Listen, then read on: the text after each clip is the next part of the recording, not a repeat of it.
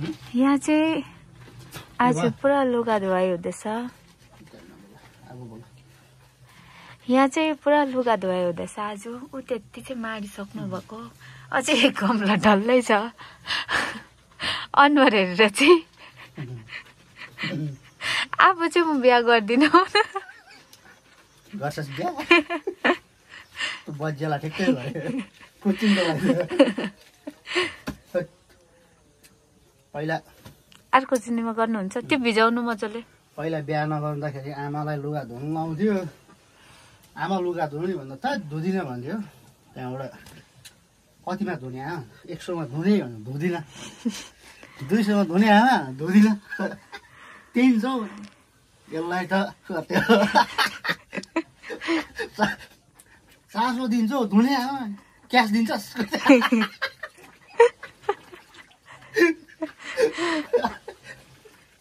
300 देखिको 400मा चाहिँ क्यास दिन्छस्? पैसा पक्का दिन्छस्? दिन्छु। कति लिख? त्यो एकछिन भिज्नु दिनु, अर्को मार्दै गर्नु। धोइदिन्थ्यो। अहिले त अब के गर्नु, जिन्दगी गाह्रो छ।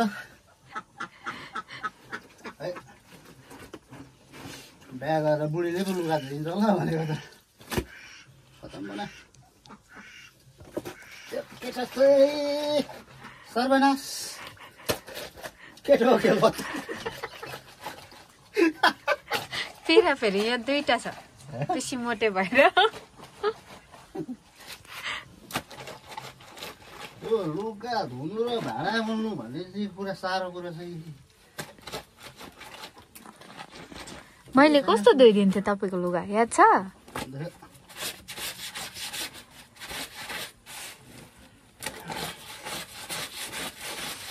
के भन्नु, बिमारी बुढीलाई स्याहार्नै परेन।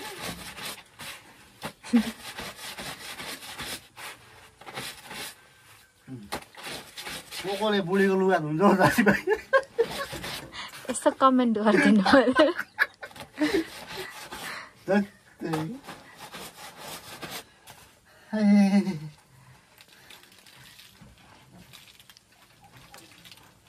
यत्रो थाहा भइसक्यो नि, अझै यहाँ पनि त्यतिकै छ, यहाँ पनि त्यतिकै छ, यहाँ माथि झुन्डा त्यतिकै छ।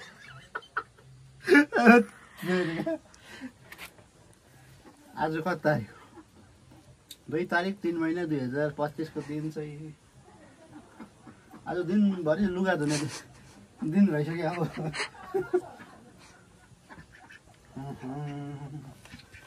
बेहालु भयो जिन्दगीको।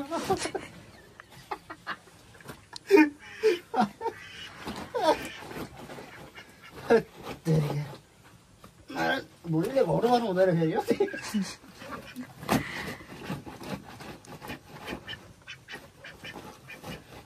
साथीभाइ अरू त के भन्नु र, अब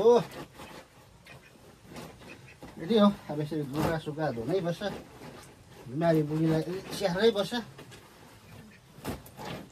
अन्त अब ससुराली चाहिँ कहिले जाने रे? कहिले जानु? कहिले जानु? गाधा थियो होला। अच्छा, हिजो आफै होइन जाँदिनँ अब म भनेको। त्यसो पो भनेको छ मैले। रेला पो गरेको त अन्त साँच्चीकै जाँदिनँ भने। ससुराली साइडबाट भिडियो हेर्दैछ भनेदेखि चाहिँ हिजो चाहिँ घर जाँदिनँ भन्नु परेको चाहिँ अस्ति घर जाँदिनँ भनेर डिल गरेको छ र मात्रै लुगा धुँदैछु। अहिले फेरि पार्टी चेन्ज गर्ला जस्तो गर्छ। रेला पो गरेको त हिजो त। दाजु बिजेपी, आमा टिएमसी। जय चाहिँ लाइको गाह्रो छ। जयलाई पार्टी पोलिटिक्स मनपर्छ नि। अन्त अगाएको चाहिँ अस्ति एउटा पार्टीमा पैसा खुवाएर लुगा धुँदा त दामी देख्दो रहेछ हौ तपाईँलाई, झन् ह्यान्डसम।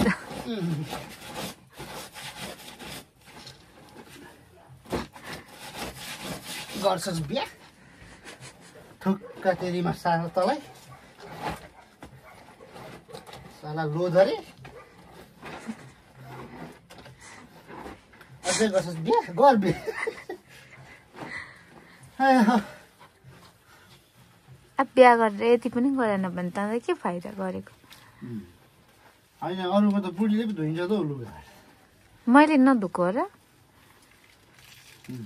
वासिङ मेसिनमा हातले धोइदिएको याद छैन साह्रै थाहा छैन बेलुकादेखिको लाउने लुगा नि हुँदैन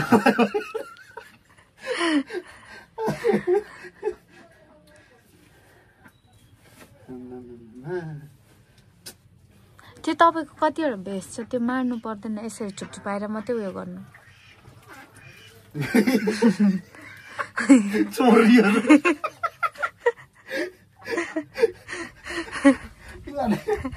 यो चाहिँ हामीले ट्रेनबाट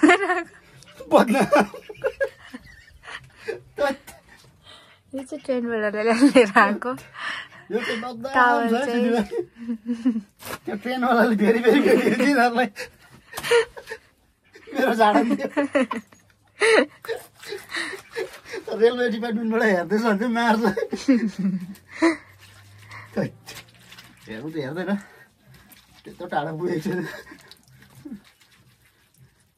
भ्युज त आउनै छ अरे मरेर आएको छौ फेसबुकमा त आउँछ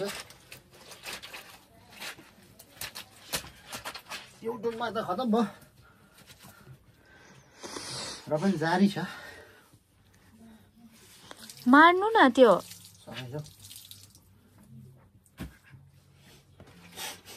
अब यो लुगा डल्लै झुम्दैछ भने भिडियो बनाइन्छ साथीभाइ एक दिन भए डल्लै जान्छ